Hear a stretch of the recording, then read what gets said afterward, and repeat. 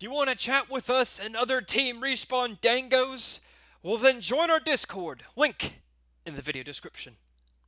Hello, everybody, and welcome to the 2020 Halo Wars 2 Leader Rankings video. This is something I've been doing about once a year now on the channel, depending on how often the balance of all the leaders change over time. But this is something I know a lot of you enjoy and have agreements and disagreements on my selection of the leaders. Not a lot of changes between a lot of leaders happened in the last year. We saw a few balance changes, but if you want to see last year's rankings, the 2019 ones, I'll put it in the description down below. And either next year or sooner, if the balance of leaders change a lot, there will be a new video, of course, as time goes on. Let me just state, before we get started, I think I said this last year as well, this list is entirely subjective to my personal likings of each leader. I took into account how much I enjoy playing as a leader, how much I think a leader is powerful, particularly in Team War, because that's where I play the most, and I know that triggers people already.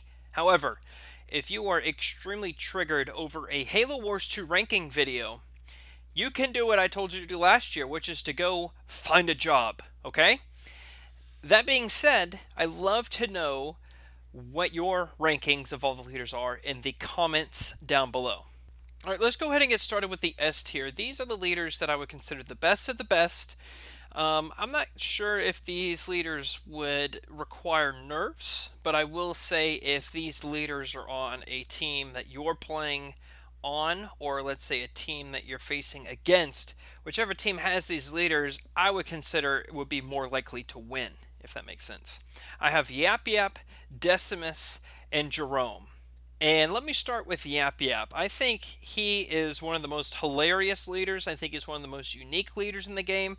And I think that his overall design is to kind of annoy your opponent to death. And that being from the constant unit drops to the free cannon fodder to all these things like the turret drops and the grunt dome and the beam and all of these little things kind of combined, added up, along with all of the new grunt units that Yap Yap has, is really awesome. I love playing as Yap Yap, and he is really difficult to defeat.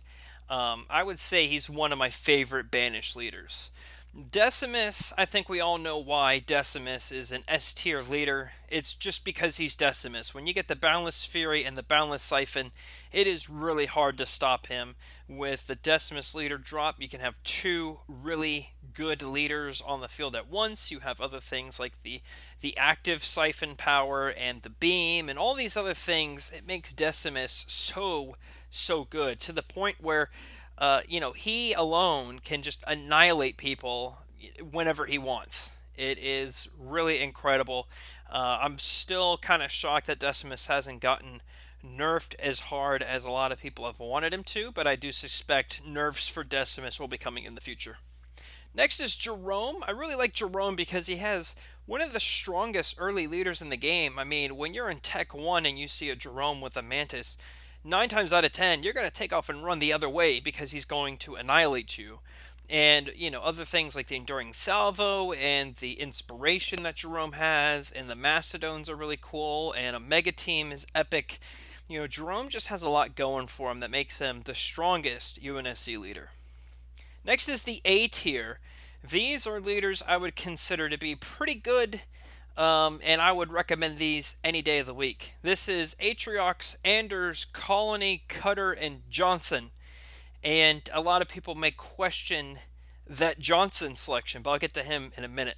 With Atriox, I think he's just all around awesome. I love the Eradication. I love the Unbreakable. I just think Atriox is really cool. Anders is kind of similar to Yap Yap, where Anders just annoys you to death if you go ground. Between the cheap upgrades and all of the Sentinels from the Siege, it makes facing Anders really annoying. And that's why Anders is one of the best turtle leaders as UNSC. And it's kind of hilarious that The only thing that would stop an Anders is going all air, and of course, vultures are super OP now. Colony is fantastic. The Hunter Captain is one of my favorite banished hero units, especially with Skitters. I just love everything about Colony. He's so much fun to play as. Cutter is very similar to Yap Yap, I guess, where as the game progresses, Cutter gets more and more powerful. And once Cutter has all of his powers, he has so many drops.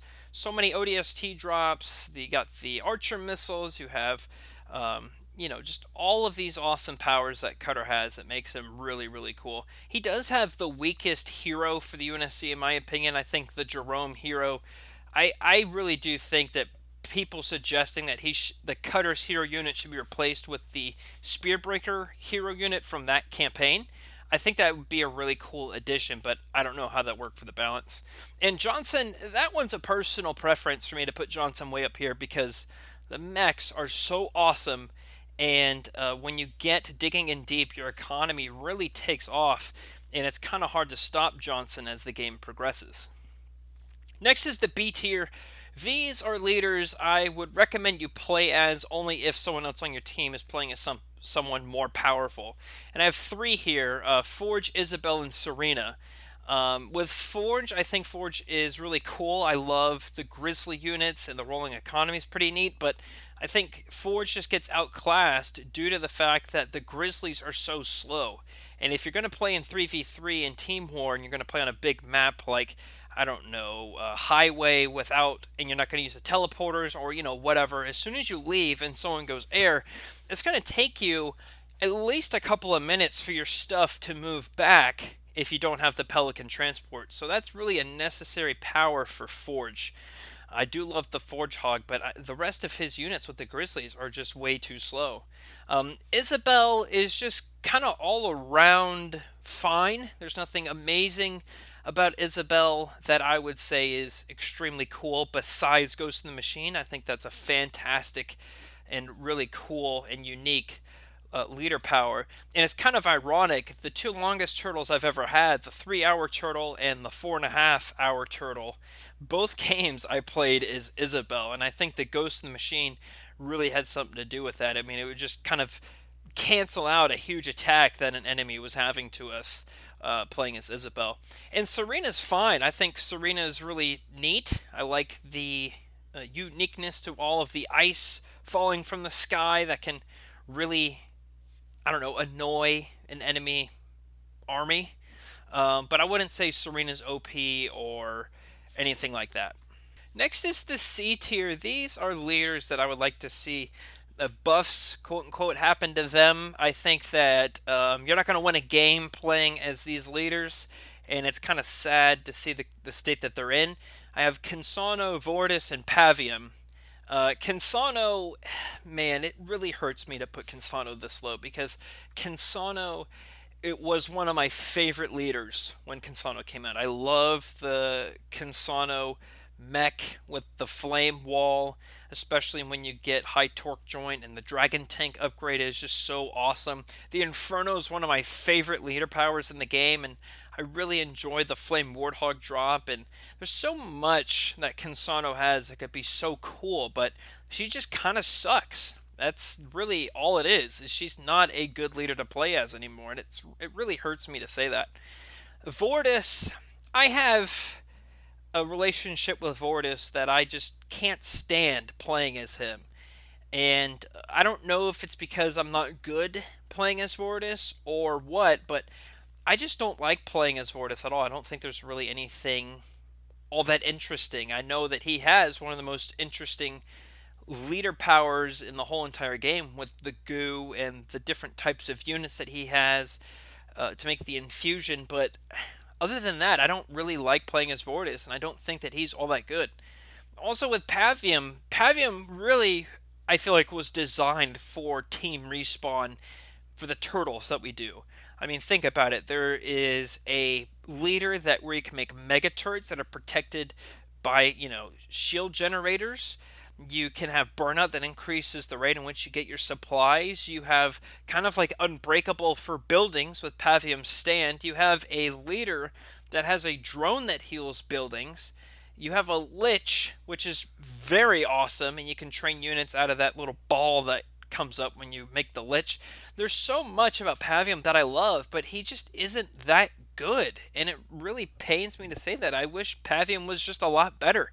He was really great when he came out. I mean, the Mega Turrets were so OP when Pavium first came out, but nowadays he's just not that good, and I wish he wasn't. I wish he was great. Finally is the D tier. These are leaders I wouldn't recommend you play at all for personal preference reasons. I have Arbiter and Shipmaster, and I really can't stand either one of these leaders. If I go random all and I end up with one of these leaders, I usually just end up quitting because it's just I just can't stand playing as either of them. I don't think that they have good leader powers. I don't think they have good hero units. There's just nothing I like about them, and good is subjective here. I just don't find them entertaining to play as. I know both of these leaders can be good if the player knows how to play as them, but I don't, and I don't care to learn how to play as them, and so I just won't play as them. And I think that Arbiter was a missed opportunity for DLC leaders. I think Arbiter is by far the worst DLC leader that was offered in the game. And I think Yap Yap is the best and Arbiter is the worst. I really would think, since they're including other types of leaders, like Arbiter, for example, isn't part of the Banished. They're taking some non-canon old Halo Wars type of leaders, just like Johnson, and giving them an opportunity to shine in Halo Wars 2. We already had the Arbiter in Halo Wars 1. If you're going to pull someone from Halo Wars 1, I'd much rather they pick the Prophet of Regret. I think that would have been much, much cooler to see in Halo Wars 2. Or if you want to grab someone else from the Covenant, a lot of people thought that there should have been a Jackal leader, even though they're not part of the Banished. Or even Tartarus from Halo 2. I mean, there's a lot of potential leaders that could have been in this game besides just bringing the Arbiter back from Halo Wars 1. So it's just kind of eh. Same with Shipmaster. I think he's just fine. I don't think he's all that cool. But of course, I know they're not the worst leaders in the game, but for me, personally, subjective, I consider them to be. So there you go. Those are my rankings for all of the leaders in 2020, and I would love to know what your list is in the comments down below. You can tell me how wrong I was, or you can tell me how correct I was. One thing I will say is I appreciate about all the leaders in Halo Wars 2 is that the designers at Creative Assembly and 343 really did try. You can tell they really tried to make each leader unique and have a different type of powers and skill set than the one before it. I mean, Johnson is a lot different than Jerome, and Yap Yap is a lot different than Vortis. You know, you can just tell that they really tried to make a different type of theme with each leader, and that really does show whether you like the leader or not. And I think that's really cool because they could have just been super boring with just minor differences, kind of similar to the Covenant leaders in Halo Wars 1. You didn't see a whole lot of unique units per leader in Halo Wars 1. You just saw the leader hero unit itself was the key difference for the Covenant. And they could have stuck with that, but I'm really glad that they didn't because I much rather prefer the leaders that we have in Halo Wars 2. Again, I would love to see your rankings of these leaders in the comments down below. And if you want to see last year's rankings, feel free to check that out in the description. And as soon as there's a balance change to Halo Wars 2, I'm really hoping that we see a Vulture nerf soon. But whenever that happens, I'll be covering it on the channel if you want to stay in the loop. All right, thanks for watching, everybody. I'll see you next time.